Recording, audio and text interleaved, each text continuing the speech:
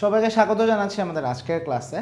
আমরা আলোচনা করছিলাম পেরিকার্ডিয়ামের যে ডিজিজগুলো হয় সেগুলো নিয়ে, এবং প্রিভিয়াস ক্লাসে আমরা পেরিকার্ডিয়াল ইফিউশন এবং টিউবারকুলার পেরিকার্ডিটিস নিয়ে আলোচনা করেছি। আজকের ক্লাসে আমরা আলোচনা করতে চাই ক্রনিক কনস্ট্রিকটিভ পেরিকার্ডিটিস নিয়ে। ক্রনিক কনস্ট্রিকটিভ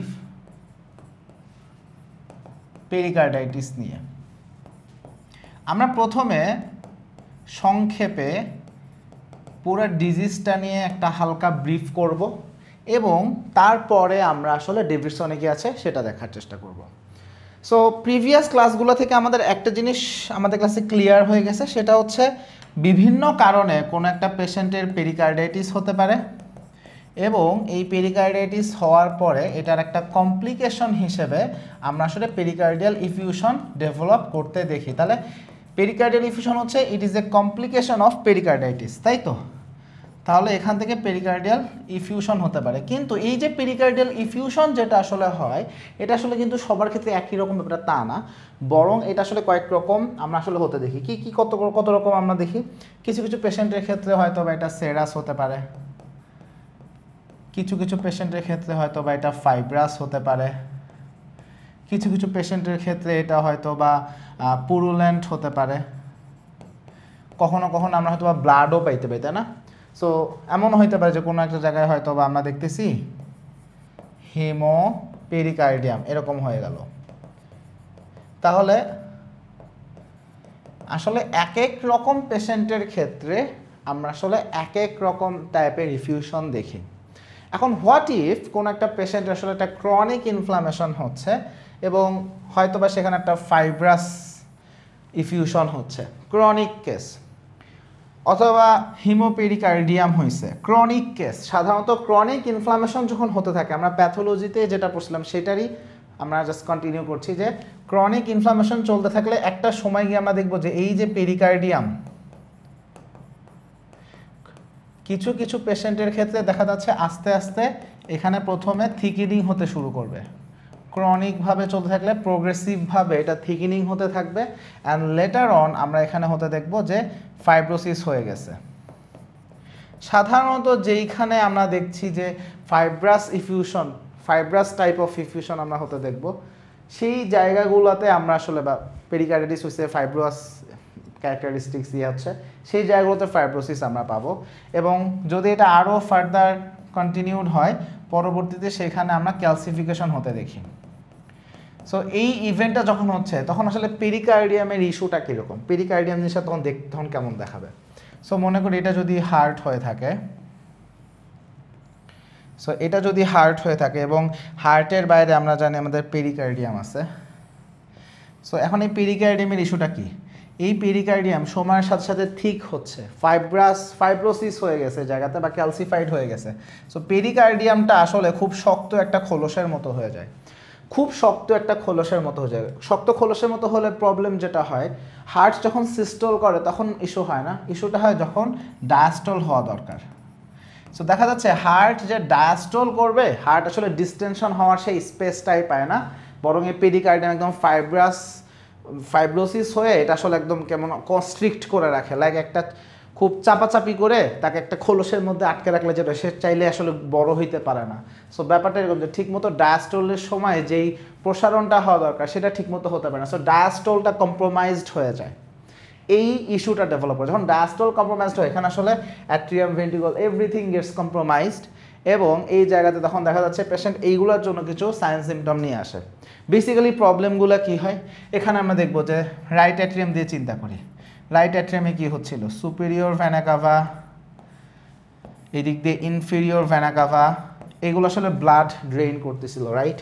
কিন্তু যখন আমাদের অ্যাট্রিয়ামের ডায়াস্টোলটা ঠিকমতো হচ্ছে না, আলটিমেটলি এই জায়গাগুলোতে ভেনাস ড্রেনেজ লিমিটেড হয়ে যায়, venous drainage is compromised.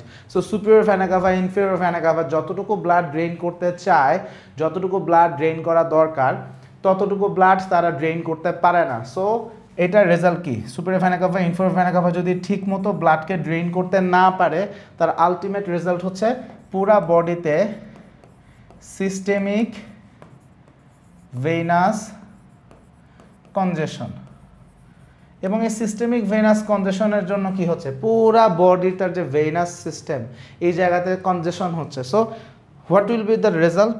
Result হচ্ছে যদি এগুলো ভেইন হয়ে থাকে, এখানে যখন কনজেশন হয়ে আছে তখন আমরা দেখব কি এখানে হাইড্রোস্ট্যাটিক প্রেশার বাড়তে থাকে, হাইড্রোস্ট্যাটিক প্রেশার বাড়তে থাকে। যখন হাইড্রোস্ট্যাটিক প্রেশার এভাবে বাড়তে থাকে, what happens? So hydrostatic pressure এভাবে বাড়তে থাকলে আমরা দেখবো যে আস্তে আস্তে এখানে ইন্টারস্টিশিয়াল স্পেসে ফ্লুইড আসা শুরু করবে। So there will be formation of oedema. So এডেমাটা লোকেশন অনুযায়ী সেই রকম প্রেজেন্টেশন হবে। সো আমরা দেখবো পেশেন্টের অ্যাসাইটিস আছে, আমরা দেখবো পেশেন্টের পেরিফেরাল এডেমা আছে, লেগ এডেমা দেখবো, তাই না? তাহলে পেশেন্টের পেরিফেরাল এডেমা আছে, এইগুলো আমরা আসলে দেখব। এখন আরেকটা কোশ্চেন আসতে পারে, তাহলে যখন আমাদের এই কনজেশনটা হচ্ছে, আমাদের left atrium, left ventricle, right ventricle, এখানেও তো আসলে প্রবলেম হবে। এবং যদি লেফট অ্যাট্রিয়াম ঠিকমতো ব্লাড নিতে না পারে, বিকজ এখানেও তো ডায়াস্টল কম্প্রোমাইজড হচ্ছে, দ্যাট ইজ ট্রু, তাহলে এখানে কি আমাদের পালমোনারি যে ভেসেলগুলো আছে সেইখানে কি কনজেশন হবে? তাহলে কি পালমোনারি ভেনাস কনজেশন বা পালমোনারি ভেসেলের ওখানে কনজেশন থেকে কি পালমোনারি এডেমা হবে? উত্তর হচ্ছে এখানে আমরা খুব একটা পালমোনারি এডেমা বা পালমোনারি কনজেশন ওভাবে আসলে আমরা হতে দেখি না। এটা একটা বড় কারণ আমরা এভাবে ব্যাখ্যা করব যে রাইট অ্যাট্রিয়ামে ব্লাড আসছেই কম। সো রাইট ভেন্ট্রিকুলে অল্প ব্লাড গেছে, সো এখানে যে অনেক ব্লাড আসছে সিস্টল হইতে পারে নাই এরকম না, বরং রাইট ভেন্ট্রিকুলে অল্প একটু ব্লাড আসছে, সিস্টল ইজ নট ইম্পেয়ার্ড খুব একটা। সো ব্লাড যতটুকু লাংসে গেছে সেই ব্লাড আবার লেফট অ্যাট্রিয়ামে আসছে, হ্যাঁ ডায়াস্টল কম্প্রোমাইজড, কিন্তু এখানে আসলে আসছেই অল্প ব্লাড। সার্কুলেশনে এই জায়গাটাতে এই সার্কিটে তো ব্লাড আসেই কম, সো এইখানে খুব বেশি কনজেশন ওভাবে হয় না। দ্যাটস আমরা আসলে পালমোনারি কনজেশন এখানে খুব বেশি একটা দেখি না। বাট যেহেতু আলটিমেটলি এখানে ব্লাডের পরিমাণই কম, সো লেফট ভেন্ট্রিকলেও অল্প পরিমাণ ব্লাডই আসে, আবার ডায়াস্টলও টু সাম এক্সটেন্ট কম্প্রোমাইজ তো অবশ্যই, সেটাকে আমরা স্বীকার করছি। সো এখানে আসলে দেখা যায় কি ওভারঅল স্ট্রোক ভলিউমটা কম হয়, সো এই জন্য কার্ডিয়াক আউটপুটও আসলে ফল করে।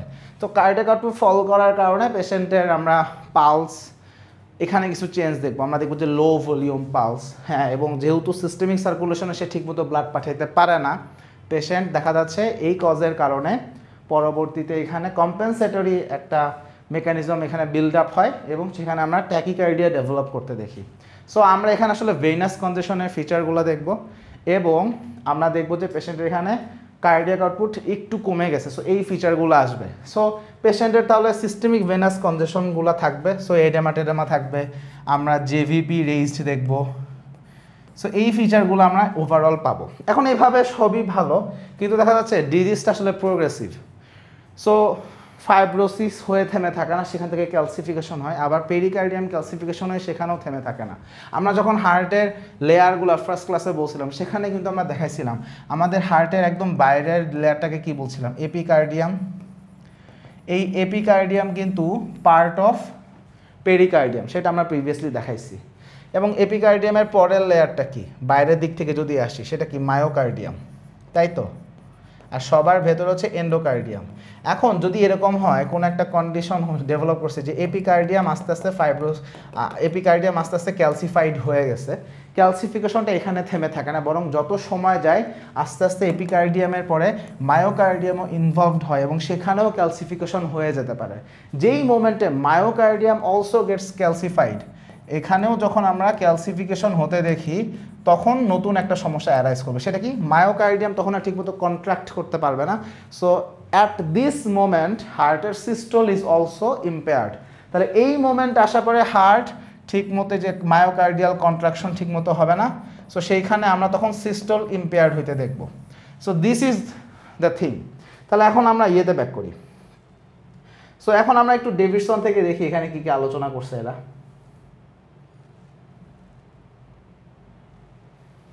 আচ্ছা স্যার, কনস্ট্রিকটিভ পেরিকার্ডিস কেন বলতেছে? এখানে বলা হচ্ছে যে আমাদের যে পেরিকার্ডিয়াম যেটা আছে, পেনটা একটু মোটা করি, সো আমাদের যে পেরিকার্ডিয়াম যেটা আছে এখানে কি হচ্ছে, প্রোগ্রেসিভ থিকেনিং, ফাইব্রোসিস এবং ক্যালসিফিকেশন হচ্ছে পেরিকার্ডিয়ামের। কেন? কারণ একটা প্রলং টাইম ধরে একটা ক্রনিক পেরিকার্ডাইটিস আছে, সেইখান থেকে এই ঘটনাটা ঘটছে যে পেরিকার্ডিয়ামে প্রোগ্রেসিভভাবে থিকেনিং হচ্ছে, ফাইব্রোসিস হচ্ছে, ক্যালসিফিকেশন হয়ে গেছে। এবং এই ঘটনাটা যখন ঘটছে হার্ট একটা ক্যালসিফাইড একটা লাইক খোলসের মধ্যে আটকা পড়ে গেছে। So the heart is encased in a solid shell, এবং যেহেতু সে আটকা পড়ে গেছে সে ঠিকমতো ডায়াস্টল করতে পারতেছে না, ডায়াস্টলিক ফিলিংটা সেখানে কম্প্রোমাইজড হয়ে যায়। So the heart can not fill properly, so diastole is compromised hair.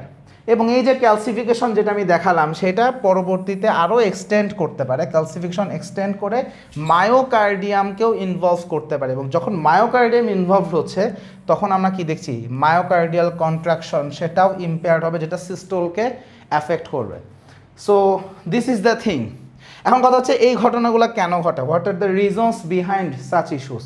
So এটার মূল কমন কারণ কি, দেখা যাচ্ছে tuberculous pericarditis, this is the number one reason, this is the commonest reason of, তাহলে টিউবারকুলার পেরিকার্ডাইটিস আমাদের নাম্বার ওয়ান রিজন। এর বাদে আরও কিছু কারণ আছে, বাট সব দিক থেকে এইটাই আসলে নাম্বার ওয়ান রিজন। আরেকটা কি, হিমোপেরিকার্ডিয়াম, লাইক হিমোরেজিক একটা ইফিউশন হয়েছে বা কোনো কারণে হয়তো বা কোনো একটা ট্রমাটিক ইভেন্ট থেকে ব্লাড জমছে অনেক দিন ধরে ছিল, হতে পারে, this thing may also happen, তাহলে হিমোপেরিকার্ডিয়াম থেকে হইতে পারে। খুব রেয়ার কিছু কজ হিসেবে ভাইরাল পেরিকার্ডাইটিস, রিউমাটয়েড আর্থ্রাইটিস বা পুরুলেন্ট পেরিকার্ডাইটিস এখান থেকেও হতে পারে। সহজ কথা হচ্ছে যদি প্রলংড পিরিয়ড হয়ে যদি ইনফ্লামেশন হতে থাকে সেখানে আসলে ultimately this will happen, because লম্বা সময় ধরে ক্রনিক ইনফ্লামেশন হতে থাকলে আমরা সেই প্যাথোলজি রবিন্সে যেই ঘটনাটা পড়ছিলাম সেটাই হবে। সো আস্তে আস্তে এখানে আসলে ফাইব্রোসিস হবে, ক্যালসিফিকেশন হবে, দিস থিং হ্যাপেন্স হিয়ার। কখনো কখনো এমনও হতে পারে অরিজিনাল কারণটাকে আমরা হয়তো বা আইডেন্টিফাই নাও করতে পারি। So this is the thing. তাহলে এখন যদি কোনো একটা পার্সনের কনস্ট্রিকটিভ পেরিকার্ডাইটিস আসলে ডেভেলপ করে, পেশেন্টের ক্লিনিক্যাল ফিচার কী হবে। সো এখানে আমরা একটা জিনিস দেখাইছি যে মূল সমস্যাটা আমাদের ভেইনাস ড্রেনেজ ঠিকমতো হতে পারবে না, তাই না, super vena CAVA, inferior vena cava যতটুকু ড্রেইন করার কথা ছিল, অ্যাট্রিয়াম যেহেতু ঠিকমতো ডায়াস্টল নিতে পারবে না, সো আলটিমেটলি আসলে ভেইনাস ড্রেনেজটা কম্প্রোমাইজড হয়, যেটা আমি একটু আগে ছবিতে এঁকে দেখালাম।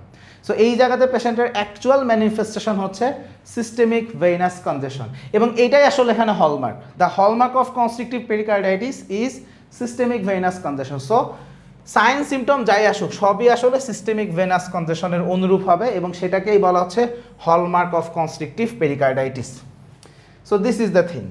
সেকেন্ড কথা হচ্ছে কিছু কিছু পেশেন্টের ক্ষেত্রে আমরা অ্যাট্রিয়াল ফিব্রিলেশনও পাইতে পারি। সো অ্যাট্রিয়াল ফিব্রিলেশন হতে পারে, সিস্টেমিক ভেনাস কনজেশন হতে পারে। তাহলে এই পেশেন্টের প্রেজেন্টেশনটা কেমন হবে। সো এখানে আমরা বক্সে যাব, বাট আদারওয়াইজ এখানে দেখি যে অ্যাসাইটিস থাকবে, হেপাটোমেগালি থাকবে, এগুলো সবই কিন্তু কনজেস্টিভ ভেইনাস, আমাদের সিস্টেমিক মানে আমাদের যদি ভেইনাস কনজেশন হয় সেখান থেকে আমরা আসলে হতে দেখি। সো আমরা একটু চার্টটা একটু দেখি। আচ্ছা, সো আমরা একটু বক্সটা দেখি। তাহলে এখন এখানে ক্রনিক ফিচারগুলো আমাদের কি কি আসতেছে। আচ্ছা, সো এখন কথা হচ্ছে পেশেন্টের প্রেজেন্টেশনে একটা হচ্ছে ফ্যাটিক। তাহলে ফ্যাটিক কেন হচ্ছে, বিকজ আমাদের টু সাম এক্সটেন্ট আমাদের তো আসলে কার্ডিয়াক আউটপুট তো জেনারেলভাবে তো এখানে কমে গেছে। সো যখন কার্ডিয়াক আউটপুট কমে যায়, সো এখানে পেরিফেরাল টিস্যুগুলো আসলে ঠিকমতো আমাদের ব্লাড পাবে না, ডেফিনেটলি একটা হাইপোক্সিয়া ডেভেলপ করতে পারে, অ্যান্ড এখান থেকে আসলে ফ্যাটিক থাকবে। So number one. সেকেন্ড কথা হচ্ছে অবশ্যই এখানে লো ভলিউম পালস ডেভেলপ করবে। লো ভলিউম পালস কিন্তু আমরা আসলে অনেকগুলো কন্ডিশনসে পাই। যখনই কোনো পেশেন্টের লো ভলিউম পালস পায় আমরা কী কী চিন্তা করি, কমনলি আমরা হয়তো চিন্তা করি পেশেন্টের শক আছে কিনা, বা কিছু ভালভুলার ডিজিজ আছে, তাই না, অ্যাওর্টিক স্টেনোসিস, মাইট্রাল স্টেনোসিস, এই ধরনের কেসগুলোতে আমরা দেখি যে লো ভলিউম পালস। সো এখানেও আমরা লো ভলিউম পালস পাবো। কেন র্যাপিড কথাটা বলা হলো, একটু আগে বলেছিলাম যে পেশেন্টের আসলে একটা এই জায়গাগুলোতে একটা কম্পেনসেটরি মেকানিজম কাজ করে, যে যেহেতু পেরিফেরাল সার্কুলেশনে ব্লাড কম যাচ্ছে, কার্ডিয়াক আউটপুট কমে গেছে, সো হার্ট রেট বেড়ে যাওয়ার মাধ্যমে সে পুরো ব্যাপারটাকে কম্পেনসেট করার চেষ্টা করে। সো এই জায়গাতে আমরা আসলে হার্ট রেট বেশি বলছি, একটা র্যাপিড লো ভলিউম পালস পাচ্ছি।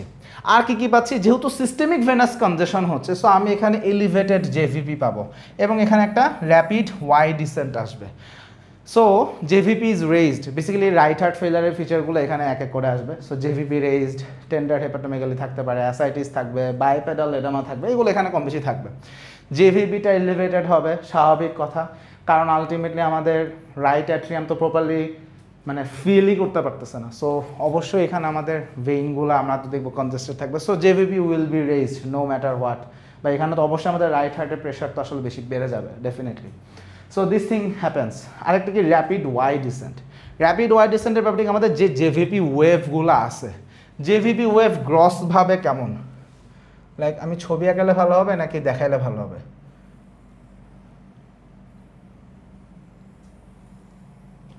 সো বেসিক্যালি ছবিটা অনেকটা এরকম আসবে, বা হয়তো বা এরকম আসবে। সো এখানে আমাদের একটা হচ্ছে A wave, C wave, V wave. এটা হচ্ছে x1 x2 ডিসেন্ট, এটা হচ্ছে y ডিসেন্ট। তাহলে আমাদের জেভিপি ওয়েভে এতগুলো ওয়েভ আসে, তাহলে একটা আসে এ যখন আমাদের অ্যাট্রিয়ামে কন্ট্রাকশন হয়, সি ওয়েভটা আমি তখন পাই যখন ট্রাইকাসপিড ভালভ ক্লোজার হয়।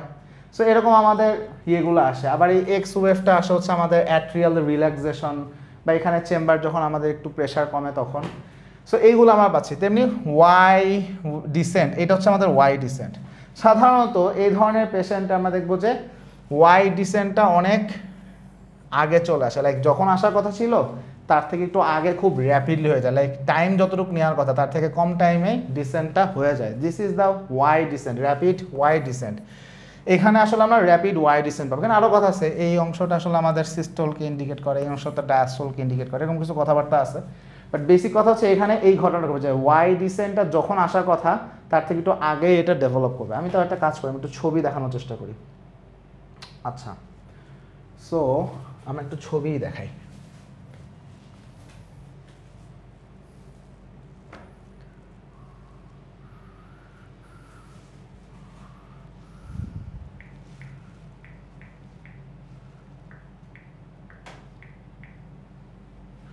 আচ্ছা, সো আমরা একটু ছবি নিয়ে আসি। এই যে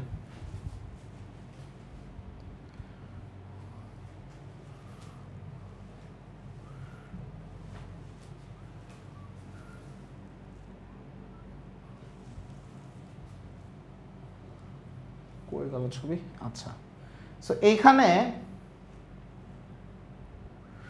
আচ্ছা এইখানে প্রথমে যেটা দেখাচ্ছে এটা হচ্ছে normal wave, like a wave. এখানে আমরা সি ওয়েভটাকে দেখায় নাই, বাট ঠিক আছে, এটা হচ্ছে নর্মাল। এখানে ওয়াইটা মানে কোথায় শেষ হয়েছে, কতক্ষণ সময় আসছে, এই ওয়াই ডিসেন্টের টাইমটা আমরা একটু দেখি। এবার আমরা এইখানে দেখি কনস্ট্রিকটিভ পেরিকার্ডিটিসে ওয়াইটা কতটুকু সময় নিছে। সো আমি যদি আসলে এটাকে কম্পেয়ার করি, আমাদের কাছে ডেফিনেটলি মনে হবে যে এটা আসলে একটু আগে আসছে এখানে এবং একটু কম সময় নিছে। So this thing happens here. So আমরা আসলে এখানে র্যাপিড ওয়াই ডিসেন্ট পাবো। আচ্ছা, আর কি কি পেতে পারি আমরা এখানে? এখানে আমরা একটা থার্ড হার্ট সাউন্ড পাবো। So S3 will be heard, খুবই লাউড এবং আর্লি অবস্থায় পাবো। আর্লি মানে কি?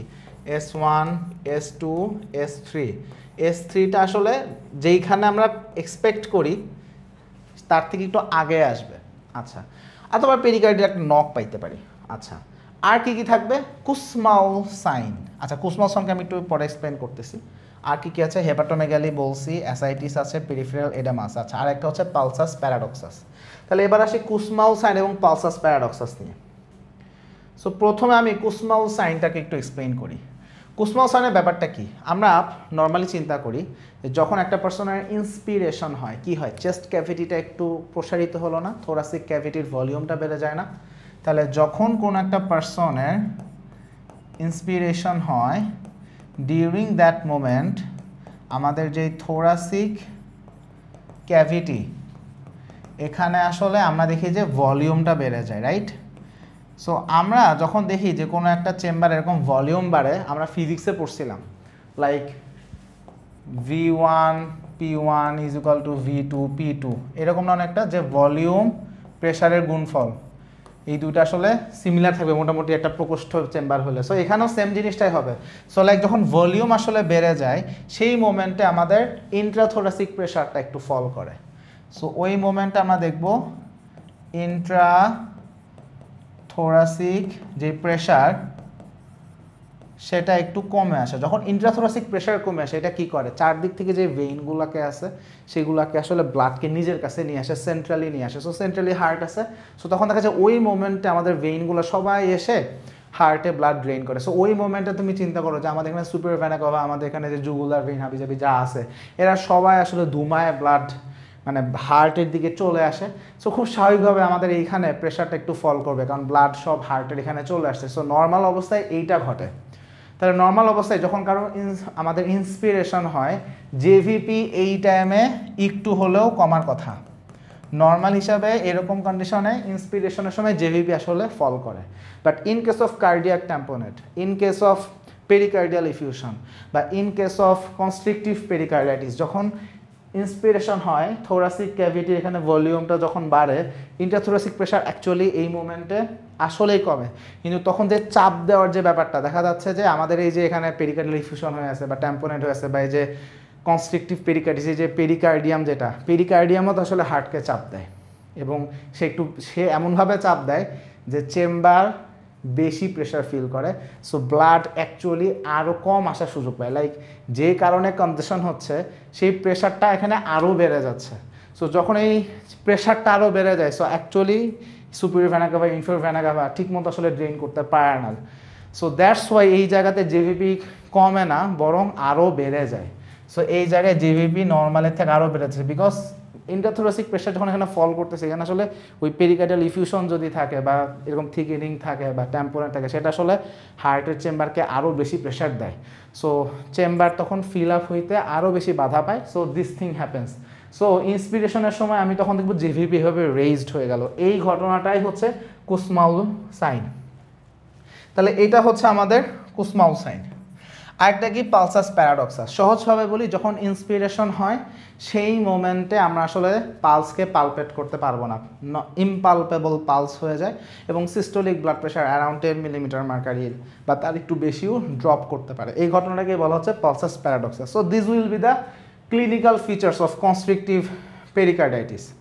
আচ্ছা, এখন আমরা আবার একটু আগে ব্যাক করি। তাহলে সিমটমস এখানে মোটামুটি আলোচনা করা, সেখানে একটা কথা বলা হয়েছে ব্রেথলেসনেস এই জায়গাতে আসলে কোনো প্রমিনেন্ট কোনো সিমটম না। কেন ব্রেথলেসনেস এখানে প্রমিনেন্ট সিমটম না? Because lungs are seldom congested. যেমন আমি ছবিতে আসলে দেখাইছি, অ্যাকচুয়ালি আমাদের এখানে লাংস খুব বেশি একটা কনজেস্টেড হয় না। সো দ্যাটস ওয়াই এখানে পালমোনারি রেমো আমি ওইভাবে পাবো না। সো ব্রেথলেসনেস ওইভাবে আসলে ডেভেলপ করে না, বাট স্টিল কখনো কখনো থাকতে পারে, সেটাকে আমরা অবভিয়াসলি চেক করব, বাট অনেক সময় মেজরিটি টাইম আসলে আমরা দেখি না। আচ্ছা, সো এখন কথা হচ্ছে ক্লিনিক্যাল ফিচার্স পাইলাম। আচ্ছা, এখন কথা হচ্ছে আমরা ইনভেস্টিগেশন কিভাবে করব, how will we investigate such patients. So এখন কথা হচ্ছে এইখানে পেশেন্টের অ্যাকচুয়ালি হচ্ছেটা কি, তার পেরিকার্ডিয়াম থিকেন্ড হয়ে গেছে, ফাইব্রোসিস হয়ে গেছে এবং সেটা আস্তে আস্তে ক্যালসিফাইড হয়ে গেছে। এখন এটাকে বোঝার বেস্ট উপায় কি? এটা বোঝার বেস্ট উপায় হচ্ছে এটাকে দেখা, তাই না? দেখলে খুব ভালো বোঝা যাবে। হার্টকে ইমেজ করার জন্য এখন আমরা কী করতে পারি? এখন একটা কোশ্চেন আমি আগে কথা বলছি, সামনেও হয়তো বা বলবো, সেটা হচ্ছে হার্টকে দেখার খুব ভালো উপায় হচ্ছে ইকোকার্ডিওগ্রাম। বাট আমার যে ফাইব্রোসিস হয়ে গেছে পেরিকার্ডিয়াম বা আমার যে ক্যালসিফিকেশন হয়ে গেছে, এইটা ইকোতে যত ভালো আসবে তার থেকে আরও ভালো বোঝা যাবে যখন আমরা এক্সরে করবো। এক্সরেতে ক্যালসিফিকেশনটা খুব ভালো বোঝা যায়। সো সাধারণত আমাদের যখন ক্যালসিফিকেশন হয়ে যাবে সেটা এক্সরেতে খুব ভালোভাবে বোঝা যাবে। এক্সরেতে ক্যালসিফিকেশন মারাত্মকভাবে বোঝা যায়। সো আসলে আমাদের ভিজুয়ালাইজ করার জন্য এই জন্য নাম্বার 1 ইনভেস্টিগেশন আসলে এক্সরে, বিকজ এক্সরেতে ক্যালসিফিকেশন খুব ভালো বোঝায়। সো পেরিকার্ডিয়াল ক্যালসিফিকেশনকে এক্সরে খুব সহজেই শো করবে। এর পাশাপাশি আমরা ইকো করব, কারণ ইকোটাও আসলে আমাদের ভিজুয়ালাইজ করতে হেল্প করে, সেটাও আমাদেরকে ক্লিয়ার কাট, আমাদের কিছু ক্লু অবশ্যই আমরা এখান থেকে পাচ্ছি। আচ্ছা, এর পাশাপাশি আমরা কি করতে পারি? আমাদের যে এই পেশেন্টের যে ক্যালসিফিকেশন আছে এটা বোঝার জন্য আমরা সিটি স্ক্যানও করতে পারি। যদি আমরা সিটি স্ক্যান করি সেখানেও আমরা আসলে পেরিকার্ডিয়াল ক্যালসিফিকেশনকে আমরা আইডেন্টিফাই করতে পারবো। আচ্ছা, কখনো কখনো কোনো পেশেন্টের ক্ষেত্রে রেস্ট্রিকটিভ কার্ডিওমায়োপ্যাথি নামক একটা কন্ডিশন আছে, সেটার সাথে আমাদের এই কনস্ট্রিকটিভ পেরিকার্ডাইটিসকে আলাদা করা একটু ডিফিকাল্ট হয়ে যায়। এবং এই রকম জায়গায় যেখানে আমাদের ডায়াগনস্টিক মানে আমাদের ক্লিনিক্যালি আমাদের আসলে কনফিউশন ক্রিয়েট হবে, যেটা আসলে রেস্ট্রিকটিভ কার্ডিওমায়োপ্যাথি নাকি এটা কনস্ট্রিকটিভ পেরিকার্ডাইটিস, সেই জায়গাটাকে আমাদের ক্লিয়ার করার জন্য আমরা আসলে ইকো ডপলার স্টাডিজ করব, কমপ্লেক্স ইকো ডপলার স্টাডি এবং কার্ডিয়াক ক্যাথেটারাইজেশন করব। তাহলে কথা হচ্ছে রেস্ট্রিকটিভ কার্ডিওমায়োপ্যাথি কী জিনিস, আমরা যখন এই ডিজিজটা বলবো তখন এটা আমাদের আরও একটু ভালো ক্লিয়ার হবে। বাট একটা জিনিস মাথায় রাখি যে ডেফিনেটলি কনস্ট্রিকটিভ পেরিকার্ডাইটিস এটার একটা ডিফারেন্সিয়াল ডায়াগনোসিস হচ্ছে আমাদের রেস্ট্রিকটিভ কার্ডিওমায়োপ্যাথি, এবং এই জায়গাগুলোতে অনেক কিছু সিমিলারিটিস আছে, কিছু ডিসিমিলারিটিসও আছে, যেটা দিয়ে আসলে আমরা আলাদা করার চেষ্টা করি। সো এরকম কেস যেখানে আমাদের এরকম ডাউট থাকবে বা ডিফারেন্সিয়ালকে এক্সক্লুড করতে হবে, সেখানে আমরা আসলে ইকোডপ্লার স্টাডি অ্যান্ড কার্ডিয়াক ক্যাথেটারাইজেশন করে আসলে এটাকে আইডেন্টিফাই করতে পারি। তাহলে আমরা এখন একটু এক্সরেটা দেখাই।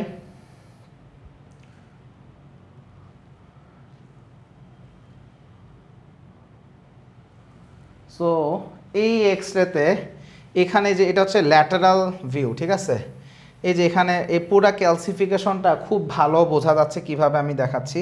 এই যে এটা ক্যালসিফিকেশন, এই বর্ডার ক্যালসিফাইড হয়ে আছে, এই যে বর্ডার ক্যালসিফাইড, এইখানে যে ক্যালসিফাইড, এইটা এই বর্ডার ক্যালসিফিকেশনটা খুব ভালো ক্লিয়ারলি আসছে। এই যে লাইন হয়ে আছে, এই যে আমি দাগ করে দিই, এই যে এখানে লাইন হয়ে আছে, এই যে এই জায়গাটাতে ক্যালসিফিকেশন এরকম মোটা হয়ে আছে, যেরকম দাগ হয়ে আছে। সো আবার এই যে এখানেও বোঝা যাচ্ছে, এই যে এই জায়গাগুলো, এই পুরো জায়গা এগুলো ক্যালসিফাইড হয়ে আছে। সো এই ক্যালসিফিকেশনটা আসলে খুব ভালো বোঝা যায় এক্সরেতে। তাহলে আমরা ইনভেস্টিগেশন এগুলো করবো। এখন কথা হচ্ছে ইনভেস্টিগেশনের পরের কাজ হচ্ছে ম্যানেজমেন্ট। এখন যে কোনো জায়গায় যদি ভেইনাস কনজেশন হয়, যে কোনো কন্ডিশন মেডিসিনে ভেনাস কনজেশন হচ্ছে, সেখান থেকে অ্যাসাইটিস হয়ে গেছে, এডেমা হয়ে গেছে, এই ধরনের পেশেন্টের আমরা আসলে সিমটোম্যাটিক ম্যানেজমেন্ট দিব। সিমটোম্যাটিক ম্যানেজমেন্ট কি? এডেমা কমাইতে হবে। সো সেখানে আমরা ডায়াবেটিক্স ইউজ করি। সো এই জায়গাতে আমরা ডায়াবেটিক্স হিসেবে লুপ ডায়াবেটিক্স ইউজ করি, এবং সেটার সাথে ইন অ্যাডিশন টু দ্যাট আমরা একটা অ্যালডোস্টেরন অ্যান্টাগনিস্ট স্পাইরোনোল্যাকটোন আসলে দিয়ে থাকি। তাহলে স্পাইরোনোল্যাকটোন দিব, furosemide as a loop diabetics আমরা এগুলোকে দিব। তাহলে এটা হচ্ছে আমার এডেমা বা ভেনাস কনজেশনের জন্য এটাকে আমি দিচ্ছি। কিন্তু আমার যে পেরিকার্ডিয়াম, এটার কি হবে, তাই না?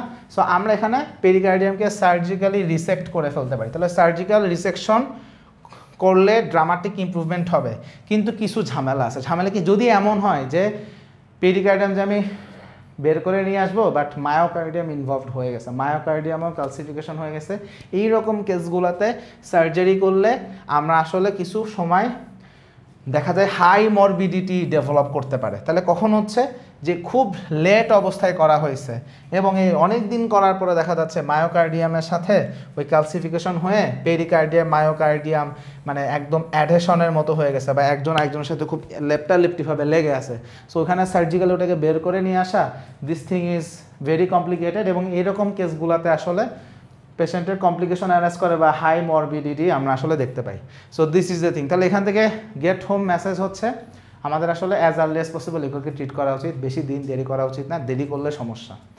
সো এই ছিল মোটামুটি আমাদের আলোচনা। সবাইকে অসংখ্য ধন্যবাদ।